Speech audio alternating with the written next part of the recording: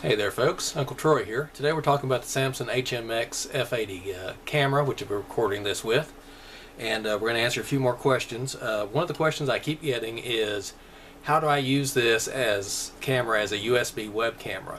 And the answer, as near as I can tell, is you cannot. And I don't know where people get the idea that you can use this as a USB web camera. I don't know if some review or some advertisement mentions that, or just people make the assumption that because it has a USB connector it can be hooked up to a camera and hooked up to a computer and used as a USB connector. But the charging thing here uses a standard USB to charge the camera in a AC adapter, and the AC adapter can be removed to it's a USB adapter. So you basically got a USB cable here included with the camera to connect it to the computer, and you think, well, since I can do that, obviously I can use it as a webcam, and the answer is you can't. I have not found anybody that's actually used it as a webcam. I've not found any reviews or advertisements myself that says it can be used as a webcam, and there's no mention in the manual that it can be used as a webcam. So I don't really know where people are getting the idea that it can be used as a webcam, but it can't. You have to just record with it and then transfer the files to the PC. The approved way of removing files from the camera to the PC is just to pop out that little memory card, stick it in your card reader. Until recently I would have told you that there was no other way. However, today while I was checking something else, I plugged USB into the computer, other end into the camera, and then after it's set for a while, I was just checking to see if it could charge it from the computer, because I plugged it into some computers and it's come up on the screen it's a wrong charger or incorrect charger or something like that. I assume they weren't putting out enough voltage. This thing here, I think 750 milliamps or something. It's more, this here is putting out more than the 500 milliamps that your computer's power supply is, or computer USB ports I should say, is rated for. It's only rated for 500 milliamps. So anything more than that, you can't get, they don't guarantee you'll be able to use it. That's why it takes so long to charge your Kindle Fire or your iPad or whatever plugged into a computer. But I discovered that if I plugged in the computer and the camera together, and then after it was plugged in, then turned on the camera, it recognized the USB connection. This is actually the first time this happened. I'm sure I've done this before, but it's the first time it's actually managed to do it. It recognized the USB connection and actually allowed me to open the camera as a device. And of course the only device it showed was the storage card that I had, the SD storage SD card, I guess is what you call them.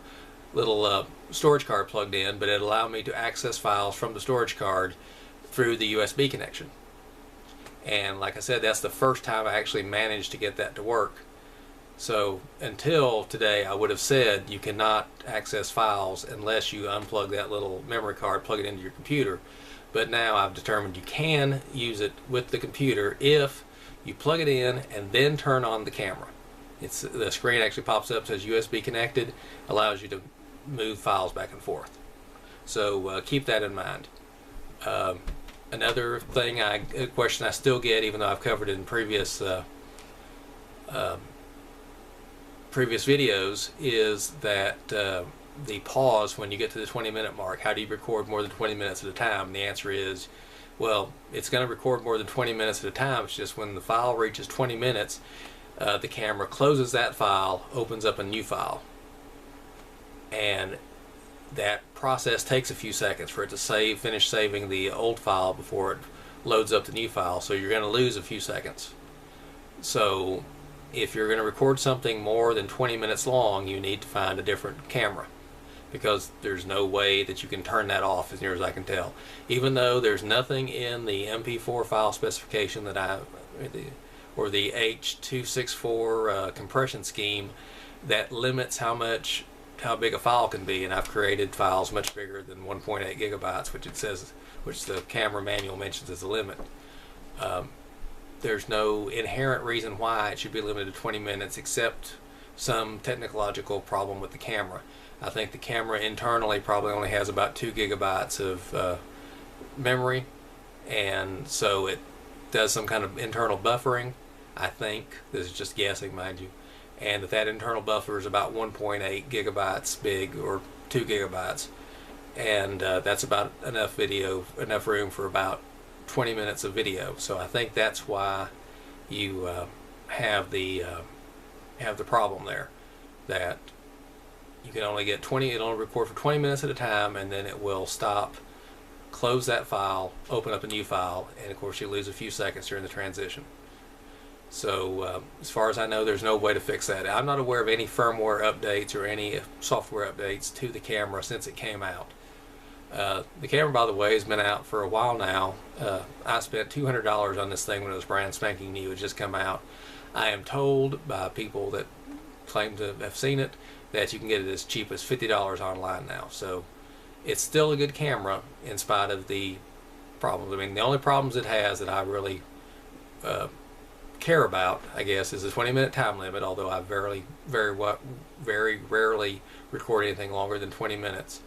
And the fact that it doesn't like low light conditions, and by low light conditions I mean the average amount of lights you have in your house. I have to turn on extra lights when I'm recording these videos, for example.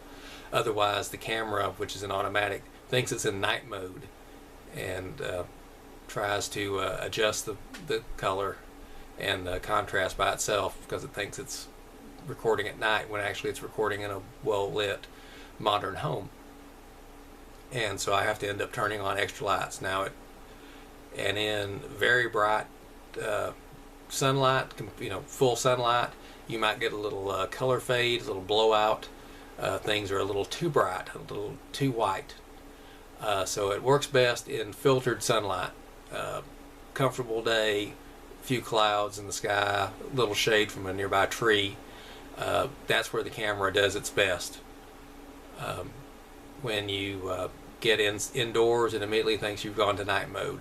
And like I said, if you're in a really bright light, I would hate to take this thing to a beach with white sand and crashing white surf and full sunlight, because I'm pretty sure it would get completely overloaded at that point. Okay, to review, even though you have a nice USB cable here included with the camera, which is actually good, it's mainly used for charging.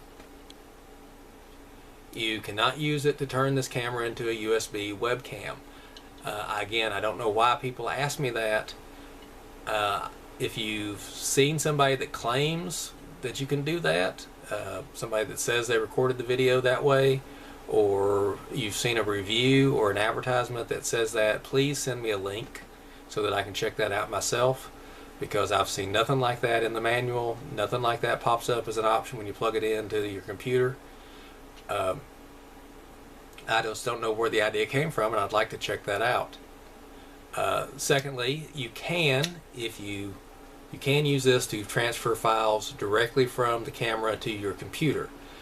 Be sure to plug this into the camera and the computer first, then turn the camera on.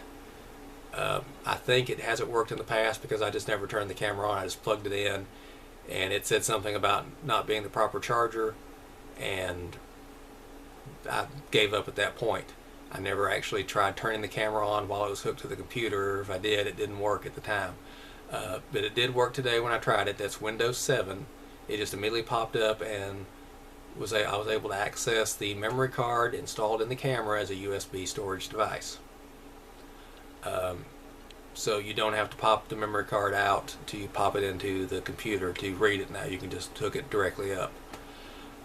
You can, today I was able to charge the camera using the USB port on my computer. I had tried that with a different computer in the past. It did not work, so it may depend on your computer. The computer is only guaranteed to put out 500 milliamps. This charger puts out more, or this adapter puts out more, and it would probably take longer to charge your camera with the USB port as opposed to just... And the central heat and air just kicked on, so we'll see how this works. Another thing I don't like about the camera, it's not a big deal, but I'm not really 100% happy with the sound quality. I wish it had an option for an external microphone, which it does not. But sometimes when I'm recording, it seems that it latches onto the sound of a fan on the other side of the room, and seems to indicate, based on how loud it amplifies that sound, it seems to think that that fan on the far side of the room is more important sound than me talking 3 feet away from the camera. So that's kind of an annoyance, a kind of concern, I guess you could say. But it's not big enough that I went out and bought a new camera. Again, the thing most people talk to me about is either the low light levels. It doesn't like regular room light. It wants things a little bit brighter. And the 20-minute limit on files. It will record more than 20 minutes. You can set it up and come back in an hour and it will have recorded the whole thing, except that when it gets that 20-minute mark, shuts down that file, opens up a new one, you lose a few seconds. Okay, that's about all I can think of to talk about today. Again, I've had this camera for quite a while now. I'd have to pull up an old video to see exactly how long, but I've enjoyed the camera. I think it was worth the $200 I spent on it originally, and I think it's well worth whatever $75 or $50 or $100 that you can get it for now. So that's the Samsung HMX-F80 camera, a completely unsolicited and uncompensated endorsement. Uncle Troy signing out. Please have a good night.